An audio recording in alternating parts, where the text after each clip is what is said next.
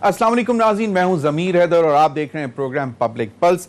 नाज़रीन, आज वफाकी काबीना का इजलास हुआ और उसके बाद फवाद चौधरी साहब ने जहां और सारे मामलात पर बात हुई, लेकिन एक जो मामला बहुत इस वक्त ज़ेर बहस है पाकिस्तान में मीडिया पर और सोशल मीडिया पर, वो थी नए DGISI की तकर्री के हवाले से नोटिफिकेशन की, जिसमें गुज़िश्ता रात कहा यह जाता है कि प्राइम मिनिस्टर और लेफ्टिनेंट जनरल बाजवा साहब की जनरल बाजवा साहब की, कमर जावेद बाजवा साहब की एक नशिस्त हुई जिसमें मामला तय पा गए हैं और अब एक प्रोसीजर की बस जो है उसको फॉलो करने की ज़रूरत है। एक समरी दोबारा जनरेट हो रही है PM ऑफिस से और उसके बाद नोटिफिकेशन हो जाएगा। फवाद चौधरी साहब ने आज काबीना के जो इजलास के हवाले से ब्रीफिंग में बात की। उन्होंने जब उनसे पूछा गया इस इशू के ऊपर तो उन्होंने कहा कि वज़ीर आज़म के जनरल बाजवा के साथ बहुत ही करीबी ताल्लुकात हैं और उन्होंने इस DGISI की अपॉइंटमेंट के हवाले से काबीना को भी एतमाद में लिया और उन्होंने साथ ये भी बताया कि DGISI की अपॉइंटमेंट कानून के तरीक़ाकार के तहत ही होगी। अब एक नाम आ चुका हुआ था, ISPR की तरफ से ये ट्वीट हो गया था और उसके बाद कहा यह गया कि शायद कुछ थोड़ा सा खिंचाव तनाव था, यानी कि 1 पेज वाले इशू पर कोई किसी साइड से तहफ़्फ़ुज़ात थे। लेकिन अब कहा यह जा रहा है कि एक नई समरी जो है वो तैयार कर ली गई है, उसमें 3 नाम होंगे जिसमें से एक नाम को फाइनल किया जाएगा और यकीनन वो लेफ्टिनेंट जनरल नदीम अहमद अंजुम साहब का ही होगा। लेकिन उसमें शायद ये भी कहा जा रहा है कि जो हैंडिंग ओवर टेकिंग ओवर है वो शायद महीना या 2 महीने के लिए हो जाए, क्योंकि जो हालात हैं इस वक्त खित्ते में, ख़ासतौर पर अफगानिस्तान की सूरत हाल को देखते हुए, तो उसमें हैंडिंग ओवर टेकिंग ओवर में एक टाइम लग सकता है ताकि चीज़ें जिस तरह जो general Faiz the outgoing DGISI जिस तरह वो चीज़ों को हैंडल कर रहे थे, ताकि वो नए जो DGISI आ रहे हैं उनको पूरी तरह ब्रीफ कर सकें। इस पर भी बात करेंगे। दूसरी जानिब जो सियासी सूरत हाल बन रही है वो ये है कि जॉइंट सेशन भी कॉल कर लिया गया है और उसमें नैब ऑर्डिनेंस भी लाया जाएगा और दीगर जो कि हुकूमत ने ऑर्डिनेंस या बिल तैयार किए हैं उनको भी पास करवाने की कोशिश की जाएगी और इतलात ये हैं कि शायद उसमें इलेक्टरल रिफॉर्म्स भी होगा और साथ साथ पाकिस्तान मीडिया डेवलपमेंट अथॉरिटी का बिल भी जो है वो विद अमेंडमेंट्स शायद लेकर आएंगे। इन तमाम मामलों पर बात करने के लिए मुझे इस्लामाबाद स्टूडियो में ज्वाइन यावर अब्बास बुखारी साहब, रहनुमा तहरीक इंसाफ के काबीना के मेंबर हैं पंजाब हुकूमत में। बहुत बहुत शुक्रिया बुखारी साहब आपके वक्त का। चौधरी जाफर इकबाल साहब, रहनुमा पाकिस्तान मुस्लिम लीग नून, साबिक MNA, बहुत बहुत शुक्रिया चौधरी साहब आपका भी। तैमूर तालपुर साहब, यंग पार्लियामेंटेरियन, मिनिस्टर, रहनुमा Pakistan peoples party, Sindh assembly में सिंध गवर्नमेंट के मिनिस्टर हैं। आप तीनों का बहुत बहुत शुक्रिया। ये यावर भाई साहब आपसे ही शुरू कर लेते हैं।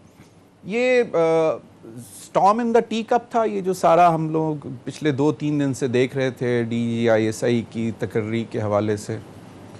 नहीं, बिस्मिल्लाहिर्रहमानिर्रहीम, अल्लाहुम्मा सल्ली अला मुहम्मद व आले मुहम्मद वाजिल फरजहुम। जो इशू है ये हमारी डेमोक्रेसी, क्योंकि अभी 2 टेन्योर्स गुजार चुकी है, लगातार तीसरा गुजर रहा है, तो इसके अंदर टीदिंग इश्यूज आएंगे क्योंकि मार्शल लॉ प्लस डेमोक्रेसी एक दूसरे को रिप्लेस करते रहे तो उसके अंदर कहीं ना कहीं टर्फ वॉर भी होती है, 1000 चीज़ें हो सकती हैं। लेकिन ये कोई इतना बड़ा इशू था ही नहीं कभी। देखें, ये मशावरत से ही होता है क्योंकि कंटिन्यूटी आपको चाहिए ISI की पॉलिसीज़ में। ये काश हमारी डेमोक्रेसी में भी हो कि कंटिन्यूटी ऑफ जो भी हमारे डेवलपमेंट प्लान्स होते हैं, जो भी हमारे फ्यूचरिस्टिक प्लान्स होते हैं, अगर पीपल्स पार्टी बनाती है, नून बनाती है, PTI बनाती है, जो भी किसी के बाद आए, continuity in are strategic planning तो एक रहनी चाहिए। तो इसके अंदर भी अगर आर्मी चीफ ने एक नाम सजेस्ट किया है या 3 नाम सजेस्ट किए हैं, ये उनका प्रेरोगेटिव है करना सजेस्ट नाम, क्योंकि ये एक ऐसा इदारा है कि जिसके अंदर हमारे बॉयज़ इन यूनिफॉर्म बैठे हुए हैं और वो दुनिया का एक बेहतरीन इदारा चल रहा है। इसके ऊपर स्पेक्यूलेशन बहुत ज़्यादा करना ये अच्छी चीज़ नहीं होती, ना इंटरनली अपनी कंट्री के लिए, ना एक्सटर्नली। फॉर्मल मीडिया ने इस चीज़ को इतना नहीं उछाला और अच्छा सोशल मीडिया सोशल मीडिया पे इसको ज्यादा हवा दी गई है। सोशल वो मीडिया बेसिकली फवाद चौधरी साहब का फेवरेट मीडियम है। देखिए सोशल मीडिया देखिए वो बड़ी खूबसूरत बात है ना, विद पावर कम्स रिस्पॉन्सिबिलिटी। तो पावर तो आ गई है सोशल मीडिया के पास, लेकिन अभी तक रिस्पॉन्सिबल नहीं है जैसे होना चाहिए। और ये चीज़ अभी हर कोई इस चीज़ को एक्सेप्ट करता है। इसकी जो नेगेटिव आउटफॉल है वो हम भी फेस कर रहे हैं, वो नून ने भी फेस किया है, वो पीपल्स पार्टी ने भी फेस किया है। टुगेदर हम लोगों को मिल के, डेमोक्रेट्स को मिल के बैठ के पार्लियामेंट के अंदर ये एक कंसल्टेशन आपस में हो, जिसके अंदर हम वो चीज़ करें कि हम एक इदारे को अपनी तरफ खींचने की तरफ कोई कोशिश ना करें, इदारे को डेमोक्रेसी की तरफ खींचा जाए, इदारे को रिस्पॉन्सिबिलिटी की तरफ लेके जाया जाए, चाहे वो सोशल मीडिया है, चाहे आपका प्रिंट मीडिया है, चाहे आपका इलेक्ट्रॉनिक मीडिया है। हम लोगों को मिल के इस डेमोक्रेसी को चलाना है। जब हम आपस में जिस तरीके से एंटेगनिस्टिक पॉलिसीज़ की तरफ हम जाते हैं, आपस में हम लोग लड़ाइयाँ ज़्यादा करते हैं, उसमें नुकसान ये होता है कि आपकी डेमोक्रेसी डीरेल होती है और इदारों की साख को भी नुकसान पहुंचता है। मैं चौधरी जाफर इकबाल साहब नॉड मैंने उनकी देखी है, लेकिन मैं चाहता हूं कि फाइनल कमेंट उनसे लूंगा। पहले तैमूर से मैं बात कर लूं। तैमूर, एक अपोजिशन जो है वो इस चीज से थोड़ी बड़ी परेशान होती थी कि जी ये सिविल और मिलिट्री रिलेशनशिप बहुत आइडियल सिचुएशन में चल रही है, और पिछले 3-4 दिन से हमने देखा जो कि बेसिकली ज्यादातर सोशल मीडिया पे इसको हवा देने की कोशिश की गई थी, और हम लोग ये समझ रहे थे कि it's storm in the tea cup, इससे ज्यादा कुछ नहीं है। और जिस तरह रात मुलाकात भी हो गई और आज जिस तरह फवाद चौधरी साहब ने ये बता भी दिया कि जनाब बेहतरीन ताल्लुकात हैं आर्मी चीफ और प्राइम मिनिस्टर के दरमियान, और कानून के तहत DGISI की तकर्री होगी, काबीना को भी एतमाद में लिया।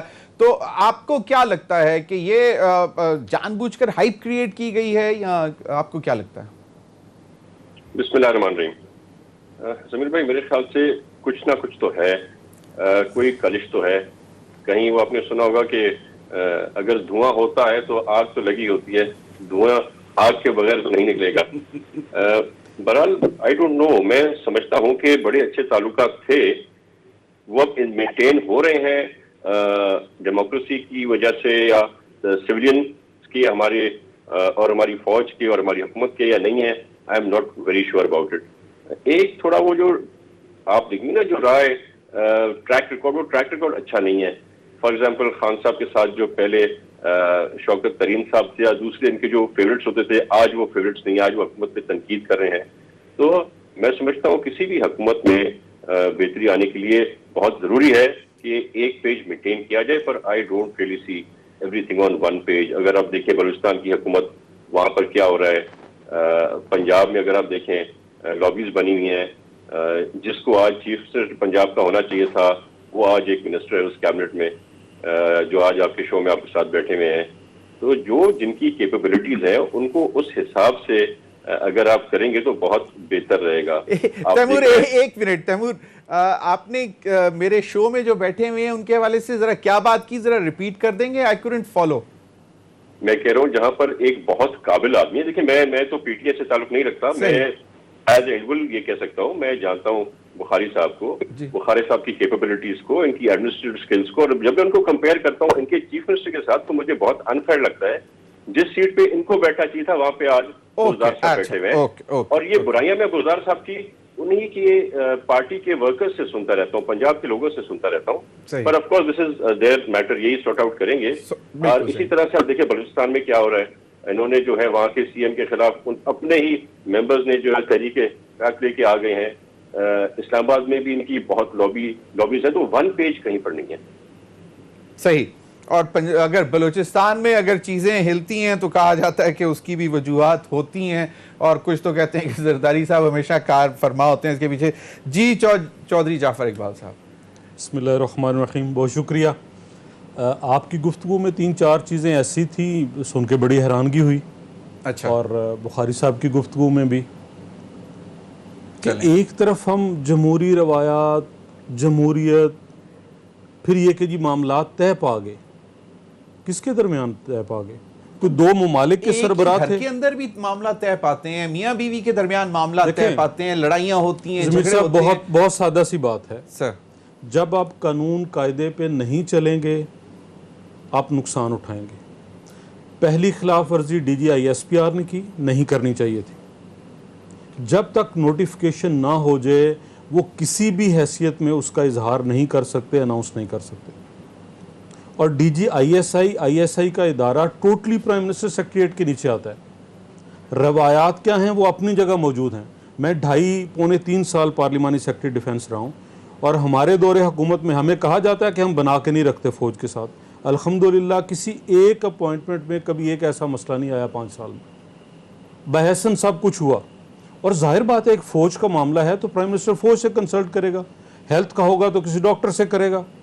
सही, ऐसा तो नहीं है। लेकिन अब ये जिस अंदाज में आप कह रहे हैं, अगली बात कि ये शायद हैंडिंग टेकिंग ओवर में, मुझे बड़ी हैरानगी हुई आपकी इस बात।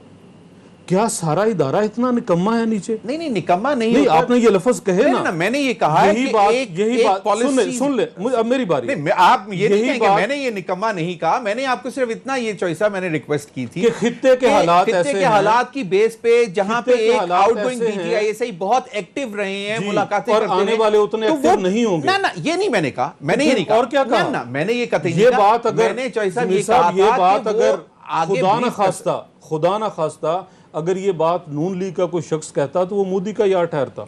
चलें, वो अब आप सोच मुझे के पता मुखालिफ नहीं कहाँ ठहरता। ब्रैकेट करने की कोशिश कर रहे हैं चॉइस साहब। नहीं, आपके अलावा बहुत सारे लोगों ने बात की। और अभी फवाद चौधरी साहब की जो प्रेस कॉन्फ्रेंस है, पहली बात तो यह है कि ताल्लुकात खराब हों तो वजाहत करना पड़ती है। अगर हमारे ताल्लुकात दुरुस्त है ना, जब तो सवाल हमें करेंगे लोग तो वो पूछेंगे ना। सवाल इसीलिए कर रहे हैं ना कि इख्तियार वजीर आजम का था, अनाउंस DGISPR ने कर दिया और 5-6 दिन हो गए हैं आपने एक अनाउंसमेंट की हुई है, उसके ऊपर अमल नहीं कर पा रहे। भाई आप वजीर आजम हैं, आपने मुल्क चलाना है। हमने नुकसान कोई नहीं किया। बतौर नून लीग हुकूमत करते हुए मियां नवाज शरीफ ने इस इदारे की साख को बचाया, संभाला और लेके चले। और आज ये 5 दिन से अजीब ड्रामा लगा हुआ है। वजीर दिफा कहाँ हैं? गायब हैं, सिरे से नजर ही नहीं आते। और इख्तियार देखें, वजीर आजम को पहली बात तो है इख्तियार, ये नहीं कि आज इमरान खान कोई भी वजीर आजम हो, उसका इख्तियार है, मशवरा उसने करना है आर्मी के लोगों से। अब अगर 5-6 दिन आप लगा देंगे तो फिर बहस नहीं होगी ना, हो रहा फिर है। बातें होंगी, इसके बातें तो होंगी फिर इसके ऊपर। सही, लेकिन और इसमें क्या दुनिया के किसी भी, देखें तौबा नाउज़ुबिल्लाह, अंबिया अलैहिमुस्सलाम भी दुनिया से रहलत करके गए। हमने इस मुल्क में क्या बना लिया है? एक फर्द को इतना अहम बना के पेश करते हैं कि इसके अलावा गुजारा ही नहीं होगा। भाई उसने बिल आखिर जाना है। अगर आपके इदारे मजबूत हैं, आप कहते हैं हम नंबर 1 हैं, अगर नंबर 1 हैं तो एक फर्द के इधर उधर होने से नंबर 1 को क्या फर्क पड़ेगा? कोई फर्क नहीं पड़ता। और तो इसी मेरा बात पे- नुक्ता नजर ये है, इसी बात पे DGISPR ने कानून खिलाफ वर्जी की, नहीं करनी चाहिए थी उन्हें अनाउंसमेंट। ये प्राइम मिनिस्टर ऑफिस ने अनाउंसमेंट करनी थी और प्राइम मिनिस्टर को जल्द अज जल्द कंसल्ट करके इस बहरान से फौज को, ISI को, इस मुल्क के लोगों को उस बहरान से निकालना चाहिए था कि ये कन्फ्यूजन ना पैदा हो। सबसे ज्यादा नुकसान अगर आप देखें 3-4 दिनों में एक बयान वजीर खजाना साहब ने दिया, हम टैक्स इकट्ठा नहीं कर पा रहे, ट्रेड डेफिसिट बढ़ गया। भाई अगर बढ़ गया अपने सीने में रखो, करके ठीक दिखाओ। स्टॉक एक्सचेंज नीचे जा रही है, लोग आपके यहाँ इन इन्वेस्टमेंट करने नहीं आ स्टेटमेंट्स की रहे। वजह से, अनसर्टेनिटी की वजह से यकीनन आपकी स्टॉक मार्केट, कैपिटल मार्केट को नुकसान पहुंचता है और पहुंचा भी है। और उसकी वजह यही होती है कि निकम्मे हुक्मरान नहीं ये मैं नहीं, इस काबिल नहीं है ना। और क्या- हुक्मरान। और क्या कहेंगे फिर? चलें अब, अच्छा चलें, Bukhari sahab, would you like to respond? मैं सिर्फ इतना कहूँगा कि अच्छा पहले देखिए- ये तो बता दें कि यू वर तैमूर तालपुर साहब का शुक्रिया अदा करेंगे कि नहीं, मेरे लीडर मेरे लीडर वही हैं कि you should have been जिसको in- मेरे leader in place of Muzdar. मेरे CM वही हैं। तैमूर मेरा छोटा भाई है। मेरे लीडर वही हैं जिसको खान ने कप्तान बनाया है पंजाब में, वो उस्मान बुज़दार साहब हैं। हम बहुत क्लियर हैं और मेरी जो स्टैंडिंग होती है, जो खान साहब ने कहा है, मेरे PM ने कहा है, मैं उसके साथ उसके एक एक अल्फाज को मैं फॉलो उसी तरीके से करता हूँ। मैं पीछे हटने वाला नहीं। देखिए जहाँ तक बात है, जाफ़र साहब ने जो बात की है, देखिए फ़ौज की ट्रेडिशंस तोड़ना ये नून ने शुरू किया कि एक इंजीनियर को chief of the army staff बनाया। एक chief of the army staff हवा में श्रीलंका से उड़ के आ रहा था, उसको वहाँ पे एक किस्म का डिसमिस किया। ये किससे फ़ौज की बेइज्जती की? ये PTI नहीं की। यहाँ पे तो हमने कुछ नहीं किया। और chief of the army staff को इंडिया की मर्सी के ऊपर तकरीबन छोड़ दिया। ये किया नवाज शरीफ ने। इस फ़ौज के अंदर प्रमोशंस करने का राइट, वो अपना राइट अपने पास लेने के लिए नवाज शरीफ ने किया कि ब्रिगेडियर तक और उसके ऊपर हम करेंगे। जो 45 साल में इस मुल्क का बेड़ा गर्क हुआ और इंस्टीट्यूशंस तबाह किए, वो पीटीआई ने तो नहीं किए। ये तो 3.5 साल जो भी हमारे पास हुए हैं, जो इनकी विरासत हमारे पास आई है, ये तो 2023 में मैं बताऊंगा ना, जब 30 अरब रुपया हमें देना पड़ेगा ऑरेंज लाइन का। इन लोगों ने झूठ बोला कि 2.5 लाख बंदा उसके अंदर सफ़र करेगा। आप जाके रिकॉर्ड चेक करें, 50,000 से एक बंदा ऊपर उसके अंदर सफ़र नहीं करता है, और उसको हेविली सब्सिडाइज हम लोग कर रहे हैं। ये कैसे हुआ है? मतलब 10,000 मेगावाट बिजली कहते हैं हमने लगा ली। आप आज जाके चेक करें, पाकिस्तान की 26,000 मेगावाट से ऊपर बिजली की ज़रूरत नहीं है। पाकिस्तान की ट्रांसमिशन कैपेसिटी 23,000 मेगावाट है या 22,000 मेगावाट है। वो जितनी बिजली इन लोगों ने एक्स्ट्रा बनाई है, इनको हम मिन्नतें करते थे कि ना करें, ट्रांसमिशन लाइन को सेटअप करें, उसको सही करें। वो उसके जो आपके कैपेसिटी चार्जेस हैं वो हम आज पे कर रहे हैं, आपका सर्कुलर डेट इंक्रीज कर रहे हैं। ये पॉलिसियाँ इनकी हम लोगों ने जो हमें विरासत में मिली, उससे इस मुल्क का बेड़ा गर्क करके रखा है। आपकी गंदम देखें, आप अपनी कपास देखें, आप अपना मकई देखें, आप दालें देखें, तेल। इन लोगों को एक ज़माने में बेनज़ीर भुट्टो साहिबा का प्रोग्राम था कि हम मलेशिया से पाम ट्रीज़ इंपोर्ट करेंगे और पूरे अपने साहिल समंदर पे हम लगा देंगे ताकि हमें इंपोर्ट ना करना पड़े। वो कहाँ पे गया? वो पीटीआई ने तो नहीं रोका था, वो तो इन दोनों के पास था। नहीं देखे जी, मोहलत तो कंटिन्यू करनी चाहिए थी ना। ये इतने अरसे की सियासत थी, इन लोगों के पास हुकूमत थी, बीच में इन लोगों को कम से कम ये सोचना तो चाहिए था ना। आज अगर हम कह रहे हैं कि इंशाअल्लाह ताला अगले साल हम गंदम की पैदावार को हम 30 मिलियन टन के करीब करीब हिट करेंगे, तो हम किस बेसिस पे कर रहे हैं? हम किसानों को सब्सिडी दे के हम लोग लॉन्ग टर्म पॉलिसीज की तरफ जा रहे हैं। और अब ये कहा जा रहा है कि गन्ना आपका 100 मिलियन टन को हिट कर रहा है। आपकी मकई सपोर्ट प्राइस भी 2200 रुपए करने 2200 की बात के करीब लेके जा। जहां तक बात मैं है, ब्रेक ले लूं तो ब्रेक के बाद जी क्विकली, जहां तक बात है आईएसआई के चीफ की बात, ये सोशल मीडिया का एक मसला होता है। बेस्ट होता है बहुत सारी चीजों को इग्नोर किया जाए। ये गवर्नमेंट के इश्यूज हैं, प्राइम मिनिस्टर की और चीफ की फवाद चौधरी साहब को जवाब नहीं देना चाहिए था, वो जवाब ना देते, नहीं देना चाहिए था। मशावरत है आपस में इनकी, और उसके अंदर देखिए एट टाइम्स अगर उसके डिफरेंस ऑफ ओपिनियन भी होता है एक बंदे के नाम के ऊपर, ये कोई बुरी चीज तो नहीं, बुरी चीज नहीं है, लेकिन इसको उछालना नहीं चाहिए। और अब ये बिल्कुल वाकई आपने सही बात की कि सोशल मीडिया ने ज्यादा इसको हवा दी और उसके बाद फिर आज मजबूरन हम भी डिस्कस कर रहे हैं। लेकिन बात वहीं पे आती है कि फवाद चौधरी साहब भी इस क्वेश्चन को वो क्या कहते होते हैं, लेट गो कर सकते थे। नाज़रीन, वक्त हुआ एक ब्रेक का, हमारे साथ रहिए।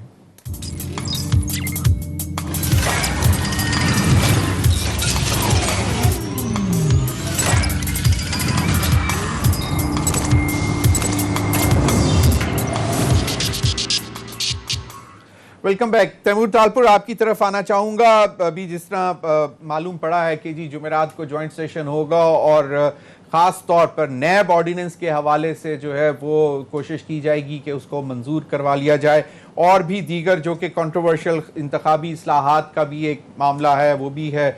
और सुनने में यह आ रहा है कि शायद PMDA यानी कि पाकिस्तान मीडिया डेवलपमेंट अथॉरिटी के बिल के हवाले से भी शायद कोशिश करेगी हुकूमत के उसको भी मंजूर करवाया जाए, उन अमेंडमेंट्स को शामिल करके जो कि मीडिया के साथ उनकी डिस्कशंस रही। तो आपको क्या लगता है कि इसको रोक पाएगी ऑपोजिशन?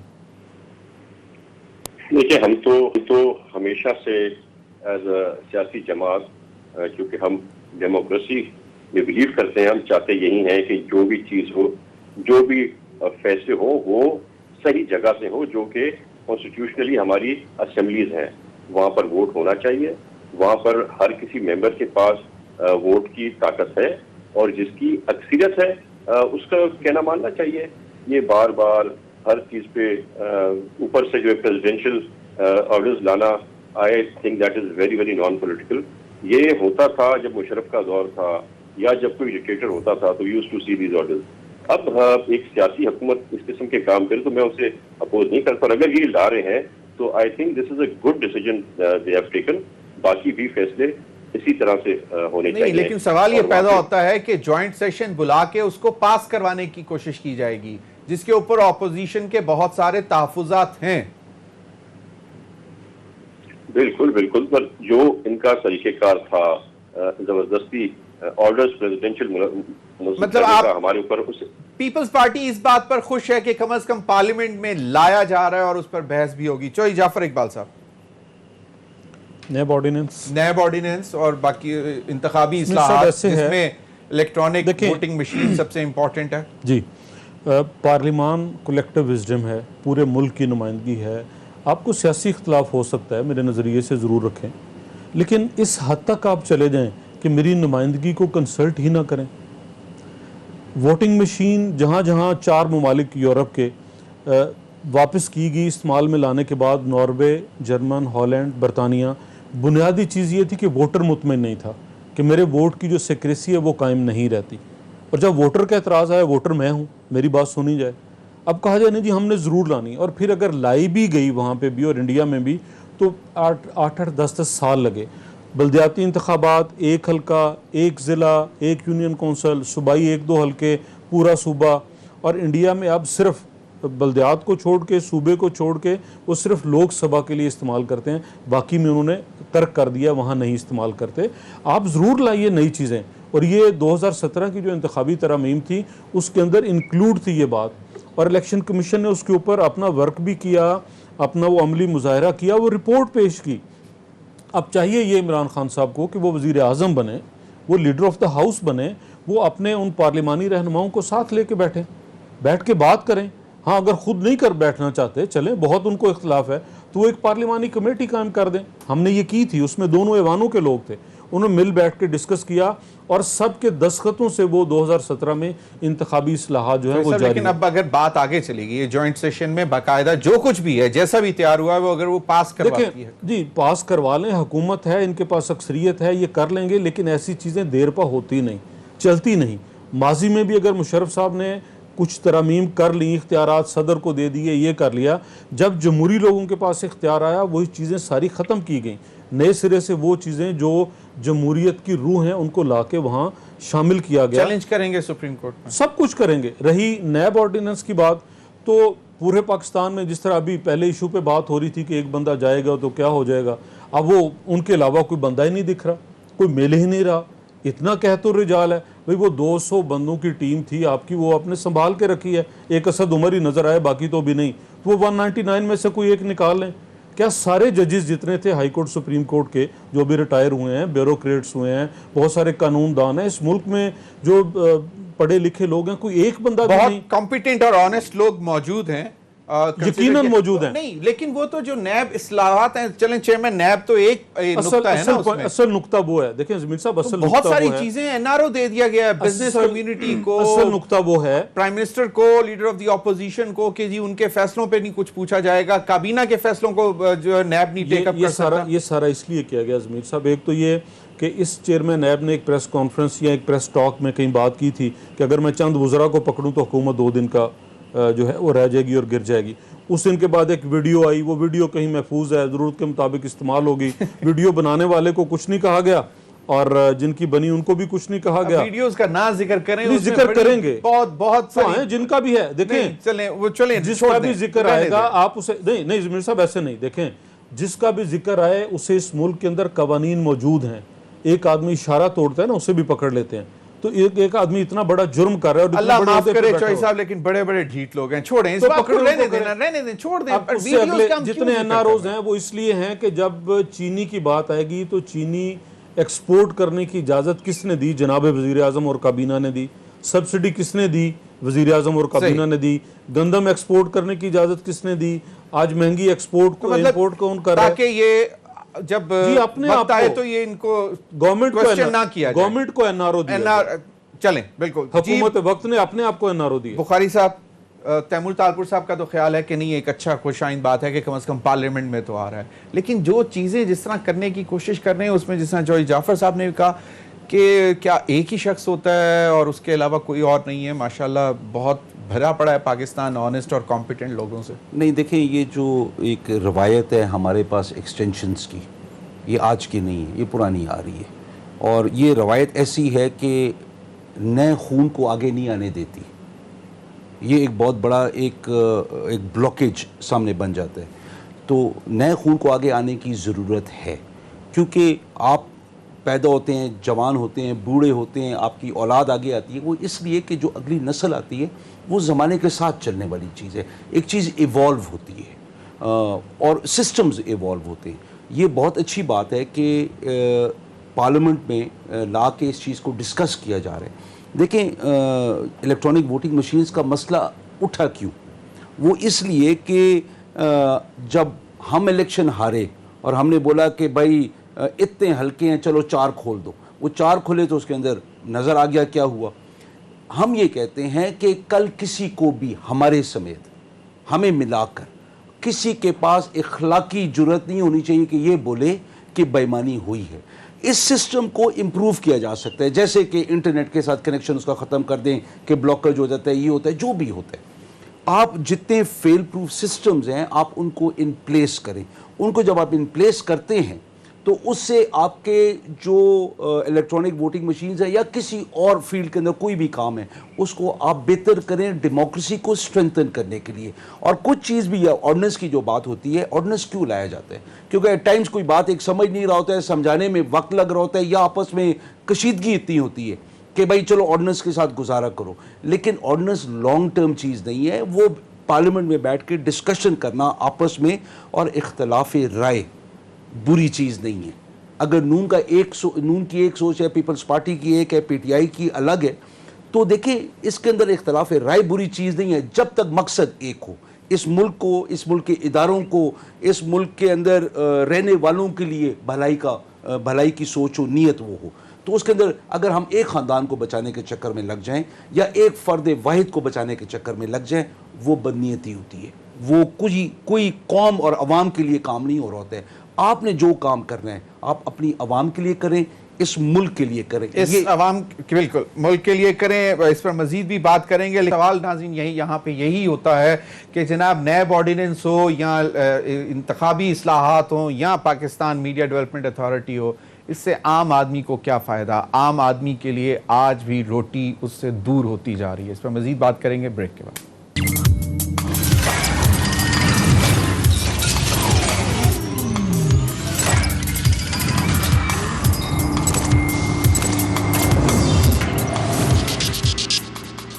वेलकम बैक नाज़रीन। शाहिद खाकान अब्बासी साहब ने बात की जिसका मैंने जिक्र किया कि महंगाई हो या और बेरोज़गारी हो, लेकिन हुकूमत की तरजीहात क्या हैं। शाहिद खाकान अब्बासी साहब क्या कहना चाह रहे हैं, ये ज़रा सुन लें। चौधरी जाफर इकबाल साहब, ये जो हुकूमत की चोरी बचाने के लिए आप इसका जिक्र पहले कर चुके हैं, लेकिन जो पहले बात की शाहिद खाकान अब्बासी ने कि जी ना महंगाई की तरफ तवज्जो है, ना बेरोज़गारी की तरफ तवज्जो है, ना मईशत ठीक करने की तरफ तवज्जो है तो नैब चेयरमैन को बचाने की। नहीं, सिर्फ नैब चेयरमैन ही, आप जो 5 दिनों की बता रहे हैं कि चाय की प्याली में तूफान, वो क्या है? वो भी नौकरियां ही है ना। किसने कहाँ रहना है, किसने नहीं रहना, क्या करना है, बाकी जाए भाड़ में सब कुछ। स्टॉक एक्सचेंज बैठ रही है, किसी को कोई पता नहीं। डॉलर कहाँ जा रहा है, किसी को कोई पता नहीं। यही शाहिद खाकान अब्बासी साहब वज़ीर आज़म थे, और यही जनरल कमर जवेद बाजवा साहब, जिनको आपने लेफ्टिनेंट जनरल कहते मतलब नहीं, सॉरी कोई नहीं, एक ही चीज़ है। तो वो कराची में ताजरों को ख़ताब कर रहे थे कि मईशत की हालत ठीक नहीं है। आज उन्हें कोई गरज नहीं, आज बिल्कुल ठीक है। आटा कहाँ चला गया, चीनी कहाँ चली गई? हम चोर थे, हम निकम्मे थे, हमने तबाह कर दिया था सब कुछ। आज सब भला है। आपका PSTP नीचे चला गया, डॉलर ऊपर जा रहा है, आपकी जो इंपोर्ट बिल है वज़ीर ख़जाना कहते हैं वो बढ़ता जा रहा है। हमें यहाँ तो अभी भी बुखारी साहब भी सुनाएंगे कि हमने ट्रेड डेफिसिट कम कर दिया, लेकिन ऑन रिकॉर्ड है वज़ीर ख़जाना, और ये भी कहने में ऑन रिकॉर्ड है कि टैक्स इकट्ठे नहीं हो रहे। हुकूमत टैक्स इकट्ठा नहीं कर पा रही, हुकूमत अशिया ज़रूरत जो है वो पूरी नहीं कर पा रही, मार्केट के अंदर इंपोर्ट कर रही है, महंगी कर रही है, लेट कर रही है, किसको फ़ायदा पहुंचा रही है कोई पता नहीं है। नौकरियां बच जाएँ, बिल्कुल कर रहे हैं सारे। और अभी ये जो सारी जंग है, ये जो नोटिफिकेशन वाली, ये भी उसी में है। नहीं, इसका तो कहते रहे नहीं, ऐसे ही है, वो तो एक पाकिस्तान की नेशनल सिक्योरिटी का इशू है, वो तो नेशनल सिक्योरिटी का इशू है। नहीं, लेकिन मामला जो जिस तरफ चौधरी साहब, जो शाहिद खाकान अब्बासी साहब आपके साबिक वजीर आजम कह रहे हैं कि महंगाई, मतलब इस वक्त सबसे बड़ा मसला, मुझे बता दें कि इस वक्त आवाम का सबसे बड़ा मसला क्या? अवाम का, मेरा आपका सबसे बड़ा ये मसला है, हम अवाम हैं कि हमारे जो ज़राए आमदन है उसमें हम अपना महीना पूरा गुजार लें। आज नहीं गुजार पा रहे, और उसकी किसी को फिक्र नहीं है। रोज़ वज़ीर आज़म को नई कहानी, नई चीज़ सुना देते हैं, और जिसका कोई, अभी ये जो कहा जा रहा है, बिल्कुल मैं और आप सब हम नबी पाक सल्लल्लाहु अलैहि वसल्लम की सीरत को फॉलो करते हैं। कहा जा रहा है पाकिस्तान में पहली दफ़ा सीरत अथॉरिटी बना के और उसके ज़रिए से भाई जो कुछ हम दीन सारा पढ़ते आए हैं, कुरान कायदा मस्जिद में, मदरसे में, स्कूल में, वो सीरत ही पढ़ाई जा रही थी। चलें, मतलब इश्यूज जो हैं वो इशू आवाम एक ही के- है कि इस वक्त अवाम 2 वक्त की रोटी नहीं मिल रही, दवाई नहीं मिल रही, सूबाई हुकूमत में है, जितने टेस्ट हमने रखे थे फ्री वो सारे आज दुगनी कीमत, और सब छोड़ दें। अभी डेंगी सर उठा रहा है, पूछिए मेरे भाई से कि डेंगी का टेस्ट इस वक्त कितने का हो रहा है। और मुझे याद है श्रीलंकन गवर्नमेंट ने रिक्वेस्ट की थी शहबाज शरीफ साहब को, जब उन्होंने डेंगी से निपटना था, तब वो तो 60 रुपए में था। बिल्कुल। शौकत खाना में भी 60 रुपए किया, तैमूर आज वही 3000 में के कितने, तैमूर तालपुर साहब, ये सूरत हाल आपका क्या ख्याल है कि प्रायोरिटीज क्या हैं गवर्नमेंट की? मेरे ख्याल से आज पहली प्रायोरिटी इस गवर्नमेंट की ये है कि वो जितने भी उनके मुखालफिन हैं पॉलिटिकल पार्टीज में, उनको किस तरह से गिरफ्तार किया जाए, उनको नायब किस तरह से टॉर्चर करे। हमारे खुर्शीद शाह साहब 2 साल से बगैर किसी चीज़ के प्रूव हुए 2 साल से बेचारे जेल में पड़े हुए हैं। हमारे सारे लीडर्स को बारी बारी, जरदारी साहब को भी अरेस्ट किया गया, फिर कोर्ट ने उनको रिलीफ दिया, और तो और हमारी बहन फरियाल टालपुर साहबा को भी जेल में डाला गया। तो प्रायोरिटी मेरे ख्याल से जो होना अगर होती आज मईशत के ऊपर, आप हमको अगर इतना ख्याल होता पाकिस्तान की आवाम का, तो हम ये फोकस कर रहे होते अशिया, ज़रूरी अशिया सस्ती करने में, आटा चीनी सस्ती करने में, जो दवायाँ जो आपकी खास तौर पे जो लाइफ सेविंग मेडिसिन हैं जो अभी तक 450% तक प्राइसेस बढ़ चुकी हैं, आप उनको प्राइसेस नीचे लाते बजाय कि इतना ऊपर लेके जाने की। क्लेम ये है कि इट्स एन इंटरनेशनल फिनोमेना, इस वक्त जो इन्फ्लेशन है इट्स एन इंटरनेशनल फिनोमेना, ये सिर्फ पाकिस्तान में नहीं है। जी बिल्कुल, it is and it has always been an international phenomena, even during the time president Zardari was in power, even at the time when Nawaz Sharif was in power, but we always took measures to control it and curb it, and we did it. ये बोझ हुकूमत उठाती थी, अवाम पे हम कम से कम बोझ आने देते थे जब तक हमारा दौर था। सही। बुखारी साहब, बात तैमूर ने और जाफ़र साहब ने कर दी। देखें, सबसे बड़ी बात ये है, और ये बहुत अक्रॉस द बोर्ड ये चीज़ चल रही है। आप दुनिया में बिजली के बिलों की वो देख लें, कई जगह 300% बढ़ा है। वहाँ पे एक्सेस बिजली नहीं पड़ी हुई है, वहाँ पे बेतुके पावर हाउसेस नहीं लगाए गए। 10,000 मेगावाट लगा दिया, उसका कैपेसिटी चार्ज पे करना पड़ता है इस हुकूमत को ना, चाहे जो भी हुकूमत वक्त होगी उसी को पे करना पड़ेगा। तो वो कैपेसिटी चार्ज क्या करता है? आपके सर्कुलर डेट के अंदर इजाफा करता है आपकी, क्योंकि उसको फिर आपने IMF के पास भी जाना है, तो वो क्या बोलेंगे कि अपने डिमांड एंड सप्लाई का जो तुम्हारा मसला है वो तुम्हारा है, तुम कीमत पूरी करो। वो किसके ऊपर बोझ आता है? इनको 3 साल लगातार ओगरा कहती रही कि खुदा का वास्ता गैस की कीमत बढ़ाओ क्योंकि नुकसान हो रहा है। 188 अरब रुपए के खसारे में था SNGPL, इन्हें नहीं बढ़ाया, अगली हुकूमत डिसाइड करेगी, वो हमारे पे फेंका। जो कह रहे हैं कि ट्रेड डेफिसिट, हम लोगों ने ट्रेड सरप्लस में चले गए थे। ट्रेड डेफिसिट में हम क्यों गए हैं अभी, ये पिछले 3-4 महीनों से क्यों गए हैं? इसलिए कि आपका टेक्सटाइल सेक्टर, आपका जो मैन्युफैक्चरिंग सेक्टर है, वो मशीनरी इंपोर्ट कर रहा है, और इतने हैवी पैमाने पे इंपोर्ट हो रही है और वो लग रही है। वो आप फैसलाबाद में जाके पता करें, उनको वर्कर्स नहीं मिलते। ये नहीं कि बेरोजगारी नहीं है, ये है कि स्किल्ड वर्कर्स नहीं है। वो स्किल्ड वर्कर्स बनाने के लिए इन्हें कौन से इंस्टीट्यूशंस बनाए, मुझे ये बता दें। उस पॉपुलेशन को जो इतना एक्सप्लोड कर रही है और यूथ बल्ज है, इन लोगों ने क्या काम किया उनकी स्किल डेवलपमेंट के लिए? जीरो। जो इदारे थे उनका भी बेड़ा गर्क कर दिया। आप जाके टेफ्टा को देख लें, आप नेफ्टेक को देख लें, आप PSDF को देख लें, मतलब सिवाय ड्रामाबाजी के कुछ नहीं है। अभी आप टेफ्टा को जाके देखें जो नए कोर्सेज। साहब, सवाल ये है इसके अलावा का ख्याल था कि ये प्रॉब्लम सारी हुकूमतों को आई है, लेकिन उन्होंने आवाम को बचाया है। मेरी सुन ले, हमने क्या किया? इनके ज़माने में पेट्रोलियम लेवी होती थी 55%, हम उसको कम करके ले आए 5.65% के ऊपर। हुकूमत ने बोझ लिया है पेट्रोल का इजाफे का। वो क्या किया कि अपना टैक्स कट किया है। जहाँ तक बात कहते हैं कि वो किसी ने कहा कि भाई हम लोग टैक्स इकट्ठा नहीं कर पा रहे, 28% ओवर 28% FBR की रिपोर्ट है, 28% अबव द टारगेट अचीव किया है हम लोगों ने टैक्स कलेक्शन। तो वजीर खजाना के पास आई डोंट नो कहाँ से उन्होंने बात की है। FBR की रिपोर्ट मान लें कि जिनने कलेक्ट किया है, जिनके बैंक अकाउंट्स में रियलाइज हुआ है, वो उनकी बात मान लें। वजीर खजाना को आई डोंट नो किसी ने पुरानी रिपोर्ट पकड़ा दी हो, वो अलग बात है। ये वो इश्यूज है ना कि जहाँ पे रिकॉर्ड बोलता है।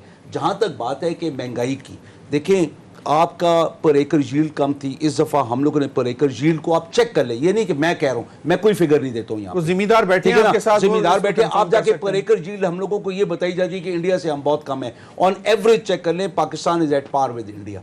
आपका वीट का रिकॉर्ड प्रोडक्शन हुई है, इनके जमाने में जो प्राइसेस रेट कम था, नहीं हो रही, नहीं, चीनी अभी भी 110 115 रुपए, आटा सुने ना, 75-80 रुपए किलो पे सुने- चला गया। मुझे सुने ना, क्विकली मुझे प्रोग्राम 85 अरब रुपया 85 अरब रुपया सब्सिडी दी जा रही है सिर्फ आटे के लिए। लेकिन इसको और बेहतर किया जा सकता है कि अगर हम लोग यूटिलिटी सोर्स को अपनी जगह रखें, लेकिन हम देहातों में जाएं डायरेक्ट उन लोगों के पास कि जो की लकीर से नीचे हैं, और उनको वहां से राशन डिपो के थ्रू जैसे भी मिले सब्सिडाइज आटा, चीनी, दालें मिलें। बहुत और ये बहुत चीज़ शुक्रिया जॉजी जाफर इकबाल, तैमूर तालपुर और यावर बुखारी साहब। नाज़रीन, अब तक के लिए इतना ही, इजाज़त दीजिए, अल्लाह हाफ़िज़।